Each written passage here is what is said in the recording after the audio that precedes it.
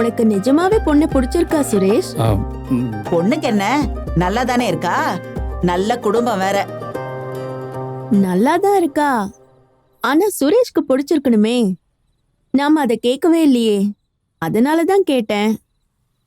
எனக்கு பிடிச்சிருக்கா நீ? அப்போ சரி. அண்ணா, இன்னைக்குதான் உங்களை முதல் முறையா பாத்திருக்கேன்.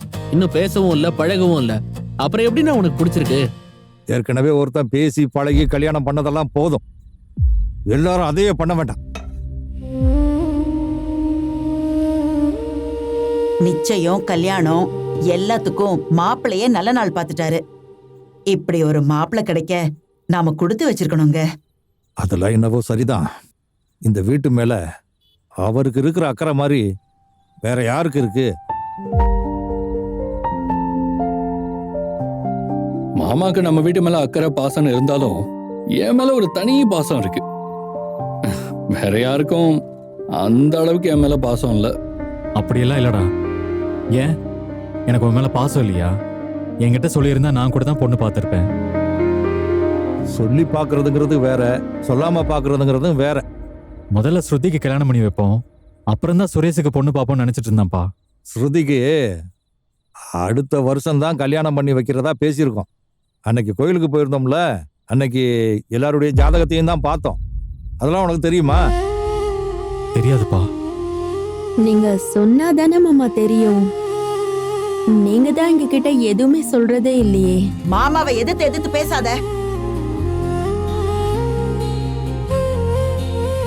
இவனுக்கு ஒரு தங்கச்சி இருக்கான்றதுக்காக இவன் வயசு அப்படியே நிக்காதுல்ல. காலகாலத்துல நடக்க வேண்டியதெல்லாம் நடக்கணும்ல. மாப்பிள்ளைக்கு தோணி இருக்கு, இங்க இருக்கிறவங்களுக்கெல்லாம் தோணலையே.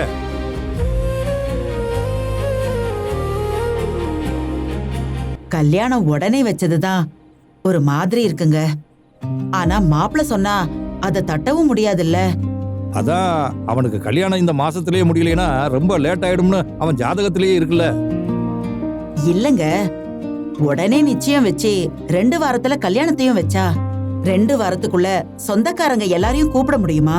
சொந்தக்காரங்களை கூப்பிடுறது இருக்கட்டும் அண்ணா, நீயும் அவங்களும் 2 வாரத்துல ஒருத்தர் பேசி பழகி புரிஞ்சுக்க முடியுமா? அதை நினைச்சுதானே எனக்கு ரொம்ப சேடா இருக்கு. ஏய், அவ வாயில 2 போடுறி. நானும் பாத்துக்கிட்டே இருக்கிறேன், பேசணும் பழகணும்னு சொல்லிக்கிட்டு இருக்கான். நாங்க எல்லாம் பேசி பழகியாடா கல்யாணம் பண்ணிக்கிட்டோம். அதெல்லாம் கல்யாணத்துக்கு அப்புறம் கூட பேசிக்கலாம். இன்னைக்கு பொண்ணு பார்த்து அடுத்த வாரம் நிச்சயம், அதுக்கு அடுத்த வாரம் கல்யாணம்னா நாம கொஞ்சம் வேகமா போற மாதிரி தான் எனக்கும் இருக்கு. இப்ப கல்யாணத்தை முடிவு பண்ணி வச்சுட்டு அப்புறமா கூட பண்ணிக்கலாம்ல. ஏய், இவனுக்கு நாம சொல்றதெல்லாம் புரியுதா இல்லையா லட்சுமி? நீ எப்படா இந்த வீட்டுல கருத்தெல்லாம் சொல்ல ஆரம்பிச்ச? உன் இஷ்டத்துக்கு தான் இங்க எல்லாரும் கேட்கணுமா? அப்பா சொல்றத கேளு. என்ன, உனக்கு நான் கல்யாணம் பண்றது பிடிக்கலையா? டேய், அப்படியெல்லாம் ஒண்ணும் இல்லடா. உனக்கு கல்யாணம் நடந்தா எனக்கு சந்தோஷம்தான். டைம் இருந்தா நல்லா நிதானமா ஏற்பாடு பண்ணலாமேன்னு தான். இவன் ஒருத்தன் எதுக்கு எடுத்தாலும் டைம் எடுத்துக்கலாம்னுகிட்டு அன்னைக்கு மாப்பிள்ள காது குத்து பத்தி பேசும்போது கூட இதே தான் நீ சொல்லிக்கிட்டு இருந்த. மத்த எல்லா விஷயங்களுக்கும் டைம் எடுத்துக்க வேணாமா? இவன் விஷயத்துல மட்டும் எடுத்தவங்க கௌதம்னு உடனே முடிவு எடுப்பான்.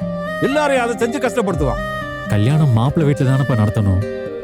2 வாரத்துல ஒரு கல்யாணம் நடத்துற அளவுக்கு நம்ம கிட்ட காசு இருக்கணுமேப்பா.